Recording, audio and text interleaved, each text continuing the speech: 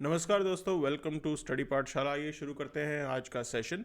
तो आज के हमारे प्राइम एजेंडाज पे होंगे freedom of speech and expression, Russia peace talks, olive Ridley turtle से जुड़ी कुछ बात जानेंगे, और इलेक्शन कमीशन हमारा कितना इंडिपेंडेंट है इसको थोड़ा देखा जाएगा, और ट्रम्प 2.0 में क्या ऐसा नया हो रहा है उसको हम एक्सप्लोर करेंगे। तो आइए चलते हैं आज के सेशन के ऊपर। और फ्रंट पेज को अगर हम देखें, सो दो मेजर यहाँ पे खबरें आ रही हैं। पहली ये है कि यूक्रेनियन प्रेसिडेंट ने रशियन प्रेसिडेंट व्लादिमीर पुतिन ने एक बात को लेके यहाँ पे क्लैरिफाई किया है। उन्होंने कहा है कि जितना इलाका हमने कब्जे में ले लिया है उसको लेके हम कोई नेगोशिएशन नहीं करने वाले हैं। तो they are bit clear about it. Okay, उन्होंने चीज़ों को क्लियर किया कि जो टेरिटरी ऑक्यूपाइड है वो वापस नहीं दी जाएगी। Now this is absolutely a gain for Russia. तो इस चीज़ को समझना ज़रूरी है। ये एब्सोल्यूट गेन है रशिया के लिए, क्योंकि at the end of the day war has to end. दूसरी चीज़ अगर आप देखेंगे तो मिनरल डील को लेके अभी तक कुछ क्लैरिटी नहीं आ रही है सामने। कई लोग ये कह रहे हैं कि it's a $1 trillion mineral deal that Ukraine is going ahead with, you can say United States. Okay, so अगर वो होती है और $1 ट्रिलियन के अराउंड जो है पैसा यूनाइटेड स्टेट्स देगा यूक्रेन को, then you can say this war can further sustain. तो वो जो पैसा आएगा उसके हेल्प से यूक्रेन जो है आगे जाके इस वॉर को फंड करेगा, एंड वी विल सी कि ये वॉर कंटिन्यू रहता है। But at the end of the day पूरी अगर आप ह्यूमैनिटी के लिए देखेंगे, this war should end. But एक चीज़ अगर आपको देखनी है, so this is going to set a wrong precedence. Okay, इसका नुकसान सबसे ज़्यादा ये होगा कि इंटरनेशनल एरिया के अंदर, इंटरनेशनल एरिना में ये रॉन्ग प्रेसिडेंस सेट करेगा कि भी कोई भी अगर पावरफुल कंट्री है तो वो फोर्स का इस्तेमाल करके अपने नेशनल ऑब्जेक्टिव्स को अचीव करेगा। तो ये चीज़ एक रॉन्ग मैसेज जाने वाला है यहाँ पे कि भी हार्ड पावर का आप इस्तेमाल करके अपने पॉलिटिकल ऑब्जेक्टिव्स को अचीव करते हो। तो रशिया कहीं ना कहीं उस चीज़ में सक्सेसफुल होता हुआ नज़र आ रहा है। So that is the reality here. अब देखिए यहाँ पे मैच द फॉलोइंग है, ये प्रीलिम्स 2023 का सवाल है। तो इन्होंने कहा कि नॉर्थ किवू इतूरी ये एरिया कहाँ पड़ता है। तो ये मैं आपको बता दूं, this is the area that is there in Congo. Okay, so ये याद रखना है। डीआरसी जो है वो न्यूज़ में ऑलरेडी है, ठीक है। नागोर्नो कराबाख की बात करते हैं तो ये अजरबैजान और जो है आपके अर्मीनिया के बीच में डिस्प्यूट है, तो वो भी मोजाम्बिक में नहीं पड़ता, ठीक है। तो दोनों ही आपके लिए गलत हो गए हैं एक तरीके से। खैरसों की बात करेंगे, सो दिस खैरसों जोफ्राफी है, ये एरिया है जो रशिया ने कैप्चर किया है। So this is the area that is occupied by Russia, जिसको जो है डोनाल्ड ये अपना पुतिन साहब कह रहे हैं कि हम इसको वापस नहीं देंगे। सो ये रशिया के पास है। अब इस क्वेश्चन के अंदर ये पूछा कि भी करेक्टली मैच, तो तीनों के तीनों ही रॉन्ग हो जाते हैं यहाँ पे। सो ये इसका एक्सप्लेनेशन है, ठीक है। सो नॉर्थ किवू तुरी दोनों न्यूज़ में था यहाँ पे, और ये डीआरसी में पड़ता है। बिल्कुल हमें पता है कि M23 रिबल्स, ओके, ये चीज़ हम ऑलरेडी यहाँ पे देख चुके हैं, वो लोग यहाँ पे एक्टिव हैं। तो ये एरिया फिर दोबारा एक बार न्यूज़ में है, ठीक है। नागोर्नो काराबाग को लेके अजरबैजान और अर्मीनिया दोनों बहुत लड़ाई लड़ चुके हैं, and that's why it was in news. और रशिया ने अभी जो है यूक्रेन के कुछ एरिया को अपने कब्जे में लिया था। तो उसमें ज़ेफरोफ्रीजिया भी आता है एंड खैरसों प्रोविंस भी आता है, and other than that Luhansk and Donetsk, these are the other 2 provinces that are there. और ये वो एरिया है जो यूक्रेन से रशिया ने अपने कब्जे में ले लिया है। So that is the whole debate. अब आगे देखिए यहाँ पे, तो फ्रंट पेज को देखेंगे, कर्नाटका सीएम कंडेम्स अमित शाह वेग रिमार्क ऑन डीलिमिटेशन। तो अभी ये लोग ट्रस्ट नहीं कर रहे हैं, ये कह रहे हैं कि भी क्लैरिटी नहीं बता रहे आप, ठीक है। तो अगर डीलिमिटेशन होता है और पॉपुलेशन के हिसाब से डीलिमिटेशन होता है, प्रेजेंट पॉपुलेशन के हिसाब से, देन डेफिनेटली जो नॉर्थ इंडिया के आपके स्टेट्स होंगे उनकी जो सीट्स हैं वो बहुत अच्छे और ज़्यादा प्रोपोर्शन में इंक्रीज होने वाली हैं। सो that is the point here. और दूसरा पहलू है यहाँ पे, साउथ के जो स्टेट्स हैं they will lose out. Okay, उनको जो है उतने प्रोपोर्शन में उनकी सीट्स नहीं बढ़ेंगी अगर आप बिल्कुल पॉपुलेशन के हिसाब से जाएंगे। But we have to see how the government will figure out this thing, because उसमें होता क्या है कि नॉर्थ कहीं ना कहीं उनका रिप्रेजेंटेशन ज़्यादा हो जाएगा, तो that is not good for our system. Okay, चीज़ें बैलेंस्ड रहें तो ज़्यादा बेटर रहता है। वही चीज़ है यहाँ पे, ठीक है। आगे देखिए, सो कोस्टल एरिया में हड़ताल चल रही है केरला के अंदर। क्यों चल रही है? बिकॉज गवर्नमेंट ने अलाउ किया है माइनिंग, ठीक। सो माइनिंग होगी यहाँ पे, और हम लोग मोनाजाइट सैंड जो है वो केरला में मिलती है, उससे हम कुछ एक रेडियो एक्टिव मेटल्स जो हैं हमारे लिए जो ज़रूरी हैं उसको एक्सट्रैक्ट करने वाले हैं। So that has been the news here. अब बात करते हैं, कार्टून बना प्राइम मिनिस्टर का, तो उसको लेकर डिबेट है कि freedom of speech and expression जी आपने छीन लिया, ठीक है। अब देखो इसके अंदर दो तीन सवाल आपको समझने हैं। एक होता है कि ये डिफेमेशन डाल देते हैं, ठीक है। तो डिफेमेशन जब डलता है तो आप एक तरीके से सामने वाले की freedom of speech and expression को कर्ब करते हो, बिकॉज डेफेमेशन के केस में क्रिमिनल डेफेमेशन भी हो जाता है यहाँ पे।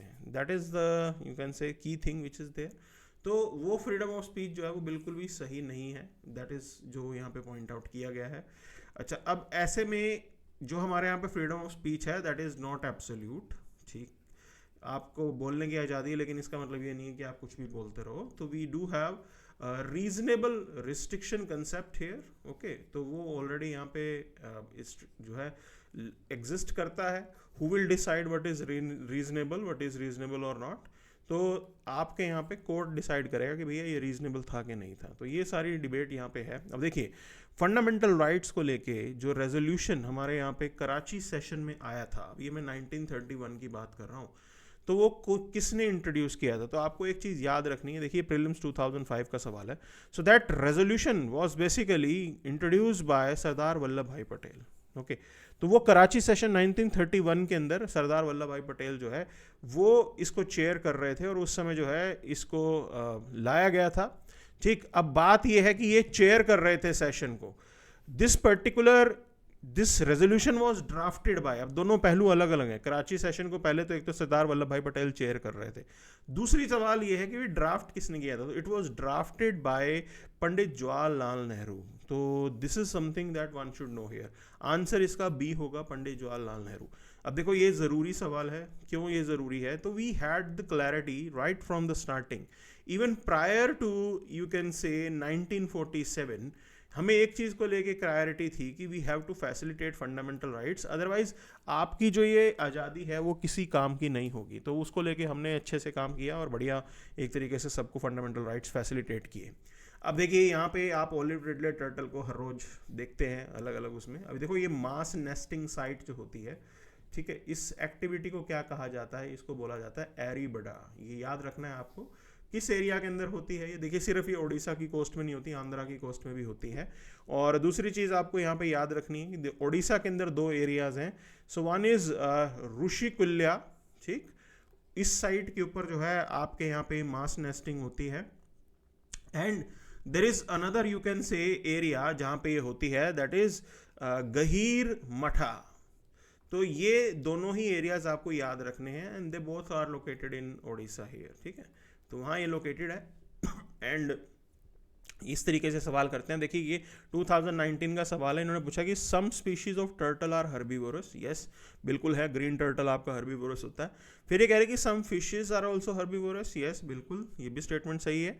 फिर कह रहे कि some species of marine mammals are herbivorous. बिल्कुल ये भी सही है भाई, कुछ एक मैमल्स जो है वो हर्बीवोरस होते हैं। और some species of snakes are viviparous. Okay, अब देखो स्नेक्स के केस में एक होते हैं ओविपेरस जो अंडा देते हैं, ठीक है, आपको याद रखना है। और विविपेरस जो है वो न्यू ऑफस्प्रिंग को ही सीधा जन्म देते हैं, वो अंडे नहीं देते। तो ये स्टेटमेंट भी सही है। All four statements are correct and D is the right answer to this. ये प्रीलिम्स 2019 का सवाल। तो जैसा मैंने बताया था, ग्रीन टर्टल आपका सी ग्रास वगैरह खाते हैं, ठीक, ये याद रख लिया आपने। अच्छा, अब जो है पैरट फिश जो है वो एल्गी खाती है, तो अगेन हर्बीवोरस हो गई। Then you have Japanese angel fish and you have yellow blotch rabbit fish, okay, और tilapia. They are the you can say herbivorous fishes that are known. अब ये याद रख लो आप, दोबारा कहीं घूम फिर के पूछना लें। और स्नेक्स की बात करें तो विविपेरस बिल्कुल होते हैं यहाँ पे, ठीक है, मैंने आपको बता दिया कैसे विविपेरस और ओविपेरस का मतलब हो गया। तो boa is a snake species and then there are green anacondas are the two examples of viviparous snake. Okay, it means that they give birth to the new young ones directly, and कोई अंडे वगैरह ये लोग नहीं देते हैं। तो इस तरीके से आपको याद रखना, बिकॉज ये न्यूज़ में क्यों था कि रेप्टाइल्स जो मेजरली जो है वो अंडे देते हैं, इसलिए। अब बात है इलेक्शन कमीशन के इंडिपेंडेंस की। देखिए हमारे यहाँ पे आर्टिकल 324 ये कहता है कि भैया बहुत ज़रूरी है इलेक्शन कमीशन आपका इंडिपेंडेंट रहे, ठीक, बहुत अच्छी चीज़ है। अब देखो एक बिल इंट्रोड्यूस किया गया जिसके थ्रू आप कैसे जो है सिलेक्शन करेंगे। अब देखिए appointment is done by president, ये पॉइंट याद रखना है आपको, इसके लेके कोई टेंशन नहीं होनी चाहिए कि प्रेसिडेंट साहब जो हैं वही जो है इनको अपॉइंट करते हैं। लेकिन उससे पहले सिलेक्शन करने के लिए there is a committee that was formed अब वो कमेटी एक पर्टिकुलर लॉ के अंडर एस्टेब्लिश्ड है, ठीक है, हमारे यहाँ पे पार्लियामेंट्री लॉ के अंडर वो कमेटी एस्टेब्लिश्ड है। उस पर्टिकुलर कमेटी के अंदर एट प्रेजेंट कौन कौन है? Leader of opposition Lok Sabha is there, prime minister उसको चेयर करते हैं, और एक और कैबिनेट मिनिस्टर जो है वो आते हैं नॉमिनेटेड बाय प्राइम मिनिस्टर। तो ये करंट कॉम्पोजिशन है उसका, ठीक है। अब देखिए ओरिजिनल पर्पस क्या था जो सुप्रीम कोर्ट के जजमेंट के थ्रू आया था? सुप्रीम कोर्ट ने कहा था कि भाई एक कमेटी बनाओगे जिसमें प्रधानमंत्री होंगे, लीडर ऑफ अपोजिशन आ जाएंगे और चीफ जस्टिस ऑफ इंडिया हो जाएंगे। अब यहाँ पे इन्होंने क्या किया? पार्लियामेंट्री लॉ बनाया और उसके बाद जो है चीफ जस्टिस को यहाँ से आउट कर दिया है। अब ये दोबारा एक बार कोर्ट में गया है, so we have to wait and watch कि उसको लेके क्या कंक्लूजन आता है। बट एट प्रेजेंट जो है गवर्नमेंट ने कहीं ना कहीं they are not going by this particular judgment, ठीक। तो वो इस जजमेंट के हिसाब से नहीं चल रहे हैं और अपने हिसाब से जो है इलेक्शन कमीशन जो है उनको कमिश्नर को अपॉइंट कर रहे हैं। अब ये बड़ी चीज़ क्यों है आपको एक बात समझनी ज़रूरी है। यहाँ पे देखिए, यहाँ पे दो जो इंडिविजुअल हो गए वो तो सेम पार्टी के हो गए, रूलिंग पार्टी के, यहाँ पे एक तरीके से डोमिनेंस है। तो ये डाउट बना कि भाई कैसे, क्या सही में इलेक्शन कमीशन ऑफ इंडिया जो है वो विदाउट एनी यू कैन से बायसनेस काम करेगा? क्योंकि उन्हीं के ही रूलिंग पार्टी के पसंद के ही इंडिविजुअल को सिलेक्ट किया जाएगा, क्योंकि उनकी मेजोरिटी है यहाँ पे 3 मेंबर कमेटी में। सो that is the big idea यहाँ पे, और राहुल गांधी ने अभी ये पॉइंट आउट भी किया था। तो ये पॉइंट समझना है। देखो उससे पहले ना एक सर्च कमेटी होती है कुछ एक नेम्स को सजेस्ट करने के लिए। This search committee is headed by law minister to prepare the list of eligible candidates. Again the government is there in the picture, government ही ला रही है यहाँ पे। इन सब के अंदर आप किस बेस पे एलिजिबल कैंडिडेट्स को सिलेक्ट कर रहे हो उसको लेके कोई क्लैरिटी नहीं है, and that's the major issue here.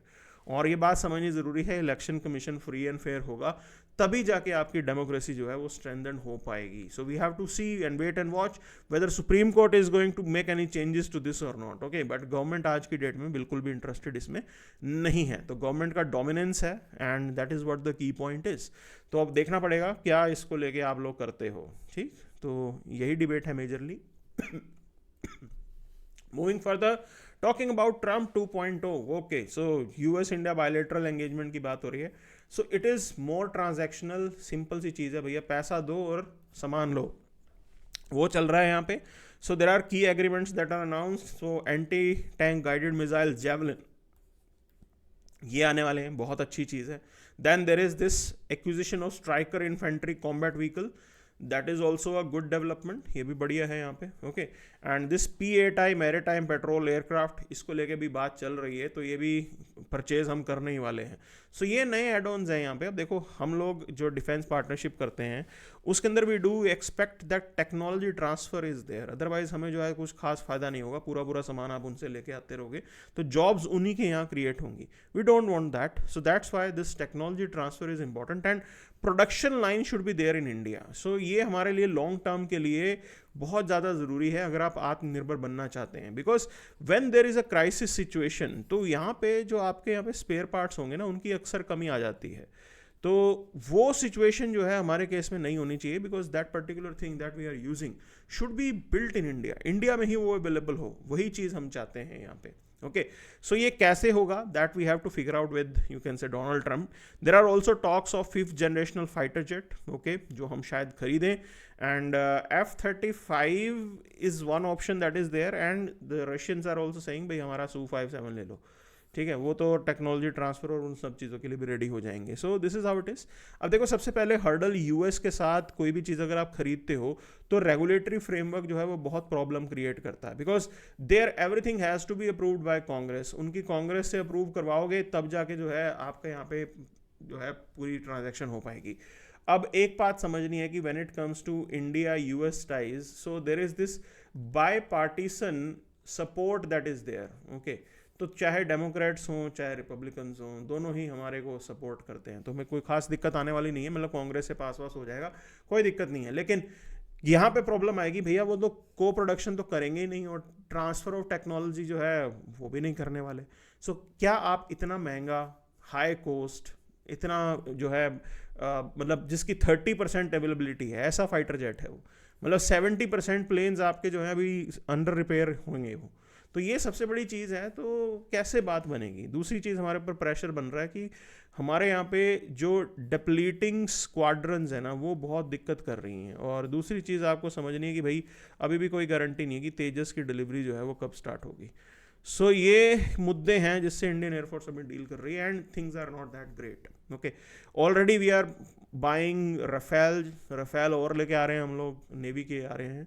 सो ये सारी चीज़ें हैं. तो there are options. People are saying कि भाई हमारा खुद का एक तरीके से 5th जनरेशनल एयरक्राफ्ट बनाने का प्लान जो था, medium multi role combat aircraft के अंदर 5th जनरेशन पे जाने का, उसको रिवाइव करने की ज़रूरत है. और India somewhere around by 2036 people are hopeful that we will see the light of that. Okay, but तब तक हमें वेट करना पड़ेगा, तो बहुत लंबा इंतज़ार है.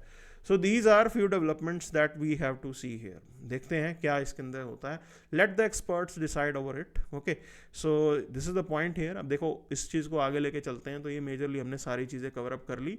ओके, सो गाज़ा के अंदर शांति हो गई है, that's a good thing here. Tamil Nadu के पास we have identified certain areas जहाँ पे गैस एक्सप्लोरेशन हम करेंगे. बिल्कुल आपको अपना इम्पोर्ट बजट जो है वो कम करना होगा. तो that is something which is critical for us. Okay, but apart from that मैं आपको एक चीज़ बता दूँ, हम लोग अभी कतर के साथ भी काम कर रहे हैं. And Qatar is the major producer of liquefied natural gas. Okay, उनके जो आमिर हैं, जो उनके हेड हैं, वो यहाँ पे आए हुए थे. तो दीज आर थिंग्स.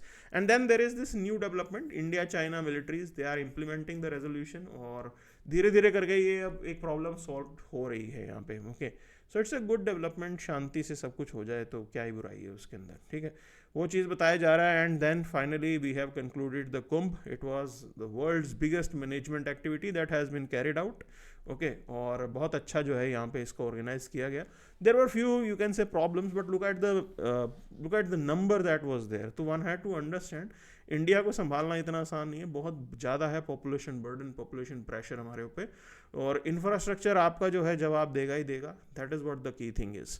अब देखिए, अब जहाँ पे डिबेट चल रही है, will the US change Ukraine policy and the Ukraine Russia war. Now there is this doubt over it. अभी भी जो है इसको लेके क्लैरिटी नहीं है, लेकिन इन सब चीज़ों में इंडिया को बहुत फ़ायदा होने वाला है. क्यों? We stayed with Russia, that was the important development. Okay, हम रशिया के साथ रहे और ये हमारे लिए ज़रूरी है. क्यों?